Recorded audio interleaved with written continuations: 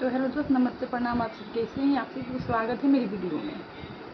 और मैं पूरा आशा उम्मीद करती हूँ कि आप सब बहुत अच्छे होंगे, जहाँ भी होंगे स्वस्थ होंगे, मस्त होंगे, अपने अपने काम में व्यस्त होंगे।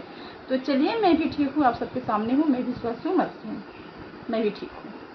तो चलिए, आप सबके बीच जा रही है गाना गाना लोकगीत। आप सबको अच्छा लगेगा तो आप सब लाइक कमेंट सब्सक्राइब जरूर कीजिएगा, सपोर्ट करिएगा, आगे बढ़ाइएगा। ठीक है, तो मैं चलो शुरू करूँ।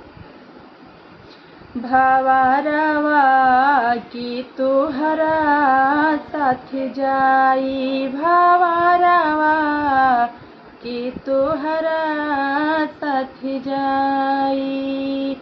आवे के बेरिया सबके हो जाने, दुआरा प बाजेला बधाई बधाई, दुआरा प बाजेला बधाई। भावरवा के तोहरा साथ जाई, जाए के बेरिया केहू न जाने, उड़त सुगनवा चल जाई। भावरवा के तोहरा साथ जाई। हाथ पकड़ के माई रोवे, बाह पकड़े के रे भाई, बाह पकड़े के रे भाई। बीच आंगन में बाबूजी रोवे, बबुआ के होत बा विदाई विदाई, बबुआ के होत बा विदाई।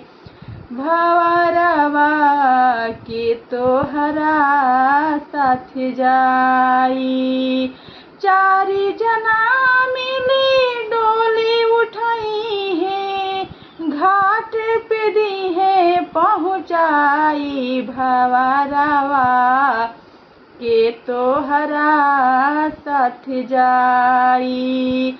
5 जना मिली आग जलाई है, अंतिम नाता छूट जाई। भावरवा के तोहरा साथ जाई। तो जी दोस्तों, कैसा लगा ना? आप लोग कमेंट में जरूर बताइएगा, और लाइक किए हुए बिना नहीं जाना है, आप लोग को लाइक करके जाना है।